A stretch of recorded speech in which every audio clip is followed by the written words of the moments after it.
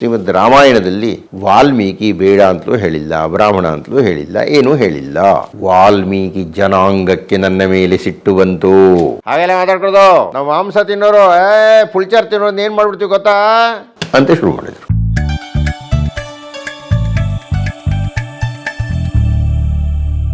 ಗುರುಳೆ ನಮಸ್ತೆ, ಹೇಗಿದ್ದೀರಿ ಗುರುಳೆ? ನಮಸ್ಕಾರ. ಸುಮಾರು 25-30 ವರ್ಷಗಳಿಂದ ನಿರಂತರವಾಗಿ ಉಪನ್ಯಾಸ ಕೊಡ್ತಾ ಇದ್ದೀರಿ. ಅನೇಕ ಸಾವಿರಾರು ರೋಚಕವಾದ ಅನುಭವಗಳಿರುತ್ತೆ. ಆಮೇಲೆ ತಾವು ಪ್ರತಿ ಸಲ ಉಪನ್ಯಾಸ ಅಥವಾ ಮಾತುಕತೆ ಈ ಸಂದರ್ಶನದಲ್ಲೂ ಕೂಡ ತಾವು ಮಾತಾಡಬೇಕಾದ್ರೆ ಅನೇಕ ವಿಷಯಗಳಿಗೆ ಆಧಾರ ಸಹಿತವಾಗಿ ಮಾತಾಡ್ತೀರಿ, ಉಲ್ಲೇಖಗಳನ್ನ ಕೊಡ್ತೀರಿ. ನಾನು ಹೇಳೋದು, ತಾವು ಉಲ್ಲೇಖ ಆಧಾರ ಇದನ್ನೆಲ್ಲ ಕೊಡ್ತೀರಿ, ಆದರೆ ಕೇಳುಗರು ಅಥವಾ ಪ್ರೇಕ್ಷಕರು ನೋಡುಗರು ತಾವು ಕೊಡೋ ಉಲ್ಲೇಖ ಅಥವಾ ಆಧಾರಗಳನ್ನು ಹಾಗೆ ಸ್ವೀಕರಿಸ್ತಾರ ಅಥವಾ ವ್ಯತಿರಿಕ್ತವಾದಂಥ ಅನುಭವಗಳಿದ್ದಾವ ಅಂತ ಅನ್ನೋದು ನಮ್ಮ ಪ್ರಶ್ನೆಗಳು. ವಿಘ್ನರಾಜ ವಿಶುದ್ಧವಾಣಿ ವಿಶಿಷ್ಟ ವಿಷ್ಣು ವಿಶೇಷ ಶಂಕರ ವಾಯು ಜಲ ಗಗನ ಅನಲ ಅಣು ಓಂಕಾರ ಬ್ರಹ್ಮಾಂಡ ಆದಿಮಧ್ಯ ಅಂತದ ವ್ಯಾಪ್ತಕ್ಕೆ ಸಚ್ಚಿತ್ ಆನಂದ ಆತ್ಮಜ್ಞಾನಕ್ಕೆ ರೂಪು ನೂರರ ಶುದ್ಧ ಚೈತನ್ಯಕ್ಕೆ ನಮೋ ನಮಃ. ಸನ್ಮಾನ್ಯ ಪರಮೇಶ್ವರ ಅವರೇ, ನಾನು ಒಬ್ಬ ಉಪನ್ಯಾಸಕ, ಬಹಳ ಮಾಡಿ ನಾನೊಬ್ಬ ಸಾಹಿತ್ಯದ ಉಪನ್ಯಾಸಕ ಇರಬಹುದು. ಧಾರ್ಮಿಕವಾದ ಉಪನ್ಯಾಸಗಳನ್ನು ನಾನು ಮಾಡ್ತೀನಿ. ಆದರೆ ಒಂದು ಮೂಲಭೂತವಾದ ವ್ಯತ್ಯಾಸ ಇದೆ ಸಾಹಿತ್ಯೋಪನ್ಯಾಸಕನಿಗೂ ಧಾರ್ಮಿಕ ಉಪನ್ಯಾಸಕನಿಗೂ.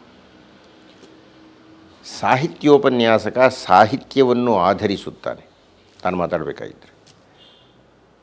ಧರ್ಮೋಪನ್ಯಾಸಗಳಲ್ಲಿ ಧಾರ್ಮಿಕತೆಯನ್ನು ಆಧರಿಸ್ತಾನೆ. ಈ ಮೂಲಭೂತವಾದ ವ್ಯತ್ಯಾಸ ಇದ್ದೇ ಇರುತ್ತಲ್ಲ. ನಾನು ಬೌದ್ಧ ಧರ್ಮದ ಬಗ್ಗೆ ಮಾತಾಡಿದ್ದೀನಿ, ಜೈನ ಧರ್ಮದ ಬಗ್ಗೆ ಮಾತಾಡಿದ್ದೀನಿ, ವೀರಶೈವ ಧರ್ಮದ ಬಗ್ಗೆ ಮಾತಾಡಿದ್ದೇನೆ, ಇಸ್ಲಾಂ ಧರ್ಮದ ಬಗ್ಗೆ ಮಾತಾಡಿದ್ದೇನೆ, ವೈದಿಕ ಧರ್ಮದ ಬಗ್ಗೆ ಮಾತಾಡಿದ್ದೇನೆ. ನಾನು ಮೂಲಭೂತವಾಗಿ ವೈದಿಕ ಧರ್ಮ ನನ್ನದು, ನಾನು ಒಬ್ಬ ವೈದಿಕ ಧರ್ಮೀಯ. ಬೇರೆಯ ಧರ್ಮಗಳ ಬಗ್ಗೆ ಮಾತಾಡಿದಾಗ ಆ ಧಾರ್ಮಿಕ ಶಾಸ್ತ್ರಗಳು ಏನು ಹೇಳುತ್ತೋ ಅದನ್ನು ನಾನು ವರ್ಣನೆ ಮಾಡಿರ್ತೀನಿ. ನಾನು ಜೈನ ಧರ್ಮದ ಬಗ್ಗೆ ವಿವರಣೆಯನ್ನು ಕೊಟ್ಟ ಮಾತ್ರಕ್ಕೆ ನಾನೊಬ್ಬ ಜೈನ ಅಲ್ಲ. ನಾನು ವೀರಶೈವ ಧರ್ಮದ ಬಗ್ಗೆ ವಚನಗಳ ಬಗ್ಗೆ ಮಾತಾಡಿದ ಕ್ಷಣಕ್ಕೆ ನಾನೊಬ್ಬ ವೀರಶೈವ ಅಲ್ಲ. ಹೀಗಾಗಿ ನಾನು ಮೂಲಭೂತವಾಗಿ ಯಾವ ಧರ್ಮಕ್ಕೆ ಸಂಬಂಧಪಟ್ಟಿದ್ದೇನೋ ಆ ಧರ್ಮೀಯ. ಆದರೆ ನನ್ನ ಕಣ್ಣು ಮುಂದೆ ಒಂದು ಮಾರ್ಗದರ್ಶನ ಇದೆ. ನಮ್ಮ ಋಷಿಗಳು ಹೇಳಿದ್ದಾರೆ, ಸ್ವಾಧ್ಯಾಯ ಪ್ರವಚನಾಭ್ಯಾಂ ನ ಪ್ರಮದಿತವ್ಯಂ. ಅಯ್ಯ ನಿನ್ನ ಕೆಲಸ, ನಾನು ಒಬ್ಬ ಉಪಾಧ್ಯಾಯನಾದ್ದರಿಂದ ಅಯ್ಯ ನಿನ್ನ ಕೆಲಸ ಏನು ಅಂದರೆ ಸ್ವಾಧ್ಯಾಯ, ಅಧ್ಯಯನ ಮಾಡತಕ್ಕದ್ದು, ಪ್ರವಚನ, ಅಧ್ಯಯನ ಮಾಡಿದ್ದನ್ನು ಕೊಡತಕ್ಕದ್ದು. ಇದನ್ನು ನಾನು 25-30 ವರ್ಷದಿಂದ ತುಂಬ ನಿಷ್ಠೆಯಿಂದ ಮಾಡ್ಕೊಂಡು ಬಂದಿದ್ದೇನೆ. ಪ್ರತಿಯೊಬ್ಬರೂ ತಮ್ಮ ಜೀವನದ ವೃತ್ತಿಯನ್ನು ಆಯ್ಕೆ ಮಾಡಿಕೊಂಡಾಗ ಅದರ ಸಾಧಕ ಬಾಧಕಗಳು ಗೊತ್ತಿರುತ್ತೆ. ನಾನು ಉಪನ್ಯಾಸಕ ಹುದ್ದೆಯನ್ನು ಆಯ್ಕೆ ಮಾಡಿಕೊಳ್ತಿದ್ದ ಹಾಗೆ ನನಗೆ ಗೊತ್ತಾಯಿತು ಇದರಿಗೆ ದುಡ್ಡಿಲ್ಲ ಅಂತ. ದುಡ್ಡಿಲ್ಲ ಅಂತ ಗೊತ್ತಾದ ಮೇಲೂ ಆಯ್ಕೆ ಮಾಡ್ಕೊಂಡ್ಮೇಲೆ ನಾನು ಗೊಣಗೋ ಹಾಗಿಲ್ಲ. ನಿಮ್ಮ ಆಯ್ಕೆ, ನನ್ನ ಆಯ್ಕೆ ಇದು. ಪ್ರೇಮ ವಿವಾಹ ಥರ ಅದು. ಹೌದು, ಆಮೇಲೆ ಮಾತಾಡೋ ಹಾಗಿಲ್ಲ. ಏನೇ ಅರಕೆ ಕೊರಕೆ ಆದರೂ ಮಾತಾಡೋ ಹಾಗಿಲ್ಲ. ನಾನು ಜಿಯಾಲಜಿ ತೊಗೊಂಡಿದ್ದರಿಂದ, ಭೂಗರ್ಭಶಾಸ್ತ್ರ ಪದವಿಯಲ್ಲಿ ತೊಗೊಂಡಿದ್ದರಿಂದ ನಾನು ಅದನ್ನೇ ಹೆಚ್ಚು ಓದಿ ದೊಡ್ಡ ಏನು ಹೇಳ್ತಾರೆ ಒಬ್ಬ ಆಫೀಸರ್ ಅಂತ ಹಾಗಾಗಬಹುದಾಗಿತ್ತು. ಇಲ್ಲ, ನನಗೆ ಇಷ್ಟ ಇಲ್ಲ. ಅಥವಾ ನಾನು ಕಾನೂನು ಪರೀಕ್ಷೆಗಳನ್ನು ತಗೊಂಡು ನನ್ನ ಹೆಸರು ಈಗಲೂ ವಕೀಲರ ಪಟ್ಟಿಯಲ್ಲಿ ಈಗಲೂ ಇರೋದರಿಂದ ಮತ್ತು ನನಗೇನೋ ದೇವರು ಮಾತಾಡೋ ಸ್ವಲ್ಪ ಶಕ್ತಿ ಕೊಟ್ಟಿರೋದ್ರಿಂದ ಚೆನ್ನಾಗಿ ವಾದ ಮಾಡೋದಷ್ಟು ಚೆನ್ನಾಗಿ ದುಡ್ಡು ಸಂಪಾದನೆ ಮಾಡಬಹುದಾಗಿತ್ತು. ಇಲ್ಲ, ನನಗೆ ಆಸಕ್ತಿ ಇಲ್ಲ. ದುಡ್ಡಿನಲ್ಲಿ ಆಸಕ್ತಿ ಇಲ್ಲ ಅಂತಲ್ಲ, ಆ ರೀತಿಯಲ್ಲಿ ಆಸಕ್ತಿ ಇಲ್ಲ ಅಂತ. ಹೀಗಾಗಿ ಇದು ನನ್ನ ಸ್ವಂತ ಕ್ಷೇತ್ರ, ಸ್ವಕ್ಷೇತ್ರ, ಆಯ್ಕೆ ಮಾಡಿಕೊಂಡ ಕ್ಷೇತ್ರ. ಹೀಗಾಗಿ ನಾನು ಆಯ್ಕೆ ಮಾಡಿಕೊಂಡಾಗ ನಾನು ನಿರ್ಣಯಿಸಿದೆ, ನನಗೆ ನನ್ನ ಮುಂದೆ ಕುಳಿತಿರತಕ್ಕಂಥ ಪ್ರೇಕ್ಷಕರು ಸಾಕು.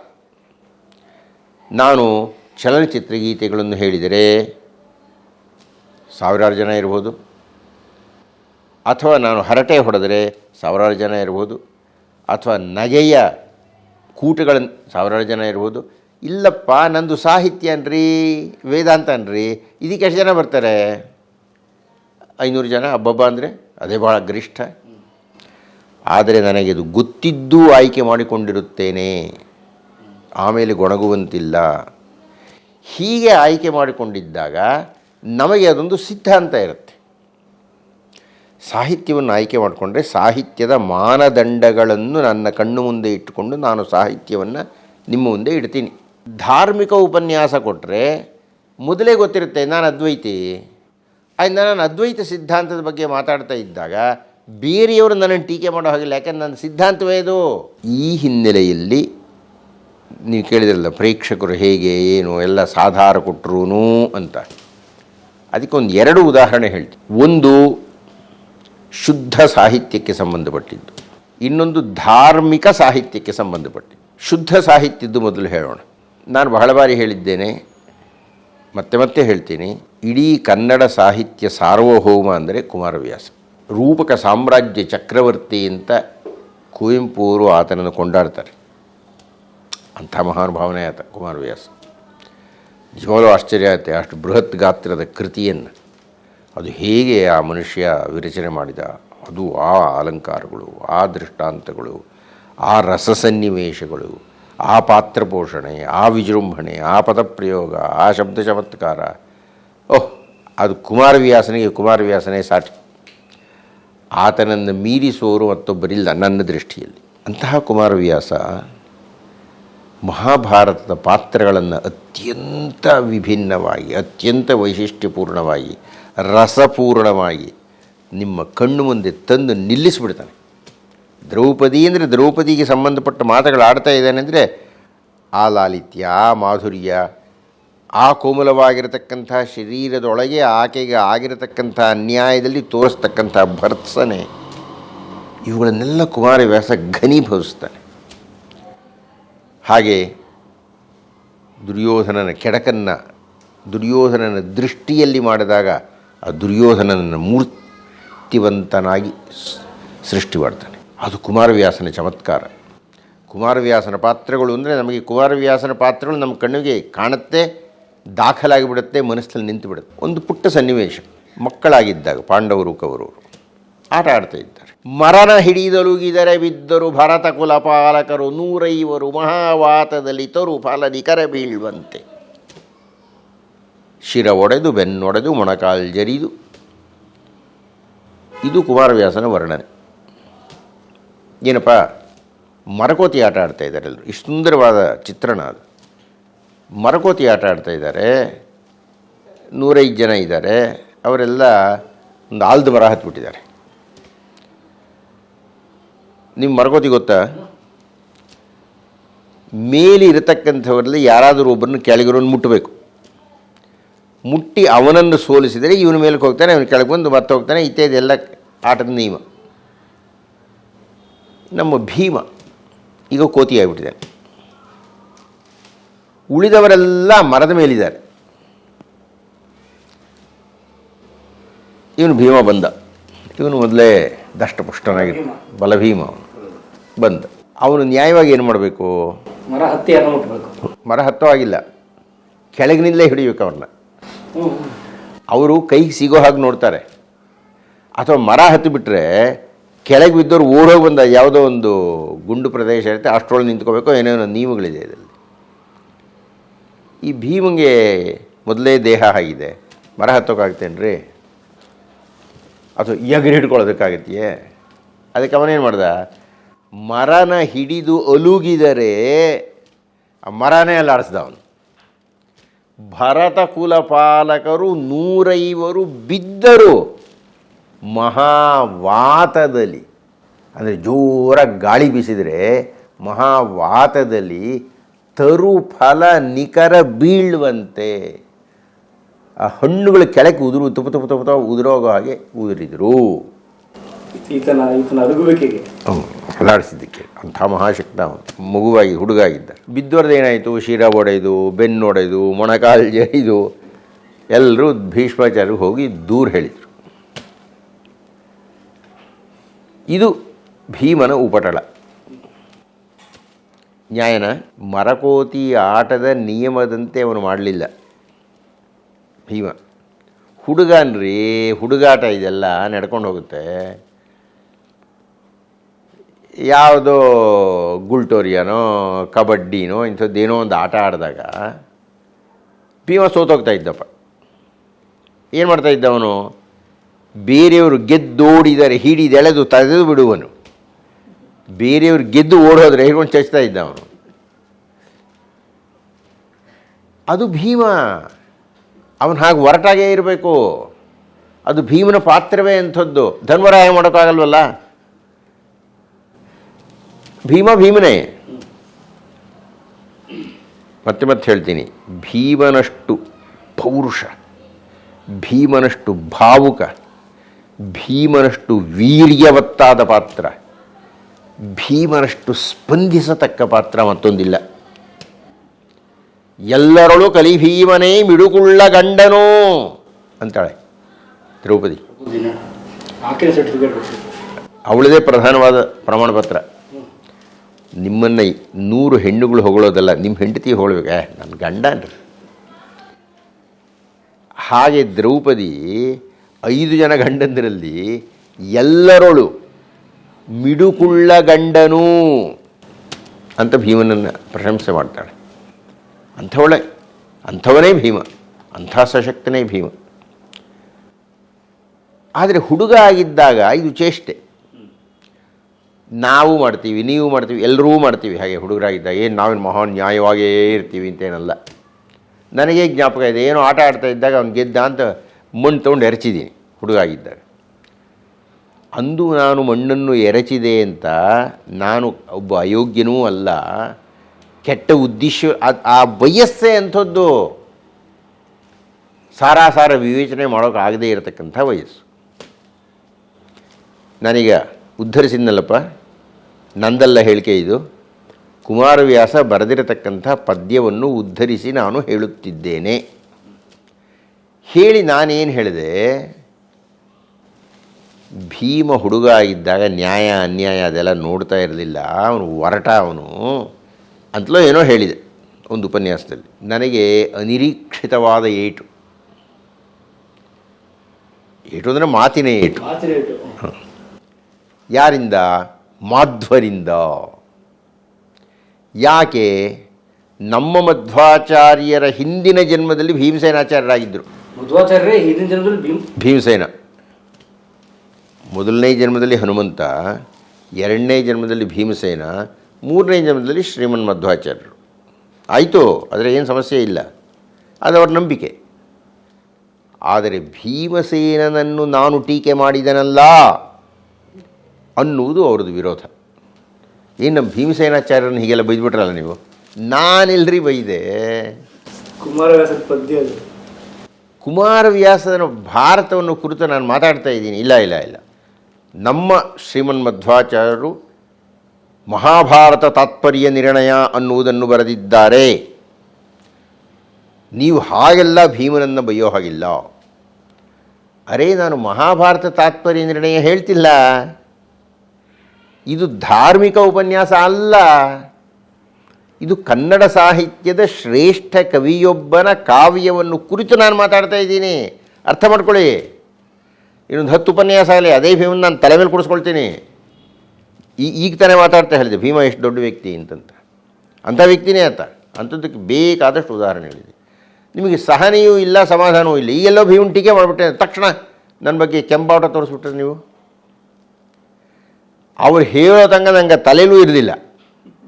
ಶ್ರೀಮನ್ ಮಧ್ವಾಚಾರ್ಯರ ಹಿಂದಿನ ಜನ್ಮದಲ್ಲಿ ಹೀಗಾಯಿತು ಹಾಗಾಯಿತು ಅದನ್ನು ನಾನು ಟೀಕೆ ಮಾಡ್ತಾ ಇದ್ದೀನಿ ಅನ್ನೋ ಪರಿಜ್ಞಾನವೇ ನನಗಿಲ್ಲ. ನಾನು ಕುಮಾರವ್ಯಾಸನ ಕಾವ್ಯದಲ್ಲಿ ಆನಂದಿತನಾಗಿ ಅದನ್ನು ನಾನು ಹಂಚ್ತಾ ಇದ್ದೀನಿ. ಕಾವ್ಯದಲ್ಲಿ ಇದೆ. ಏನು ಮಾಡೋಣ ಇದಕ್ಕೆ? ಆಮೇಲೆ ಏನಿಲ್ಲ, ಅವರೆಲ್ಲ ಒಂದಷ್ಟು ಬೈದರು ನನ್ನ. ಇನ್ನೇನು ಮಾಡೋದು?